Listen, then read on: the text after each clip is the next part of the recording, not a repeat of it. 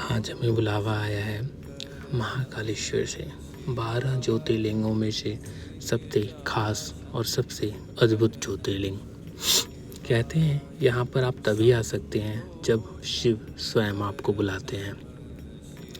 आज सुबह जब मैं बाइक लेकर निकल रहा था तो मानो सब कुछ अलग सा लग रहा हो, सब कुछ रंगीन सा लग रहा था। ये लाल आसमान मानो कुछ कहना और कुछ दिखाना चाहते हों। मेरा ये मानना है कि जब आप सफ़र पे होते हैं तो सफ़र घूमने के लिए नहीं होता है, कुछ यात्राएं खुद को खोजने के लिए होती हैं। और जब मंजिल स्वयं महाकाल हो तो रास्ता भी साधना बन जाता है। आज की ये यात्रा 2 पहियों पर जरूर है, लेकिन इसे चला रहा है विश्वास। क्योंकि हवा ठंडी है, सड़क शांत है और मन महादेव के नाम में डूबा हुआ है। जैसे ही हम महाकालेश्वर महाकाल लोक के गेट पर पहुंचते हैं, मानो सांसें धीमी हो गई हों और अंदर कुछ अनुभव हो रहा था। बाइक पर सफ़र करते हुए इंसान अकेला होता है, लेकिन जब महादेव साथ हों तो अकेलापन भी सुकून देता है। जब मैं आ रहा था, हर किलोमीटर के साथ मन हल्का हो जा रहा था। जैसे ही मैंने मंदिर के प्रांगण में प्रवेश किया, वैसे ही पहुंचते ही कुछ बदल जाता है। मानो यह कोई आम शहर नहीं लगता। यहाँ की हवा में भी भक्ति और शक्ति महसूस होती है और लोगों को यहाँ पर आकर एक अलग ही अनुभव होता है। जैसे मैं यहाँ पर जैसे ही पहुँचा था, मानो यहाँ की हवा में भक्ति में बह रही हो और यहाँ पर मैंने लोगों की आंखों में विश्वास देखा। कहते हैं श्री महाकालेश्वर ज्योतिर्लिंग जहाँ शिव समय के भी स्वामी हैं। यहाँ आकर समझ आता है कि हम सब सिर्फ एक यात्री हैं और महाकाल इस संसार के चालक। मंदिर के अंदर शब्द कम पड़ जाते हैं, भीड़ होती है, लेकिन मन हमेशा ही शांत रहता है। आंखें बंद होते ही जिंदगी के सारे सवाल खुद ब खुद थम जाते हैं।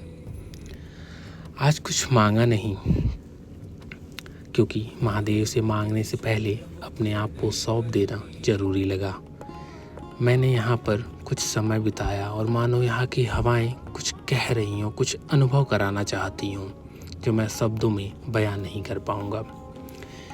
यह यात्रा मुझे याद दिला गई कि ज़िंदगी में रफ्तार ज़रूरी है, लेकिन दिशा उससे भी ज़्यादा, और वो दिशा महादेव तय करते हैं। आप भी थक जाएं तो थोड़ा रुकिए, शायद महाकाल आपको भी बुला रहे हों। कहते हैं यहाँ पर बिना बुलाए आप कभी भी नहीं आ सकते। यह एक बुलावा होता है महादेव की तरफ से जब आप यहाँ पर आते हैं, क्योंकि यहाँ की हवा, यहाँ की परंपरा, यहाँ की पूजा सब कुछ एक अलग अनुभव देती है। जय श्री महाकाल।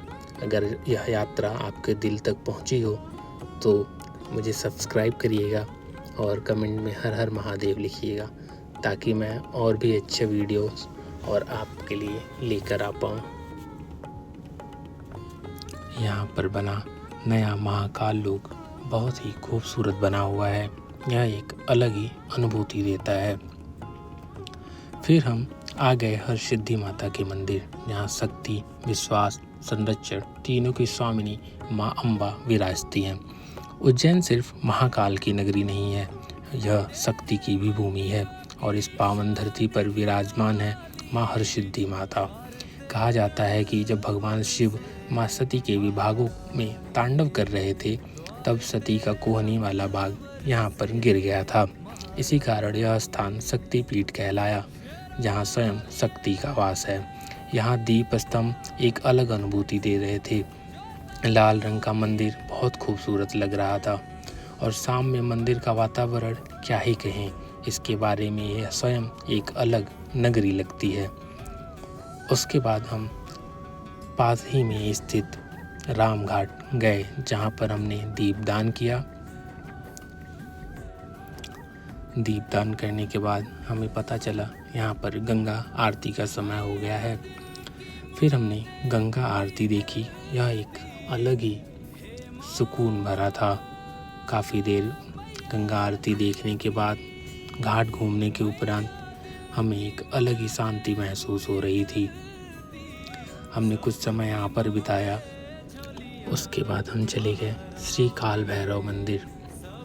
कहते हैं जो सच्चे मन से यहाँ आता है, बाबा उसे खाली हाथ नहीं लौटने देते, शक्ति और हिम्मत देते हैं। जय श्री महाकाल। दोस्तों, ऐसे ही इन्फॉर्मेटिव और स्पिरिचुअल जर्नी के लिए हमारे YouTube चैनल को फॉलो करें। Thank you so much. जय श्री महाकाल। हर हर महादेव।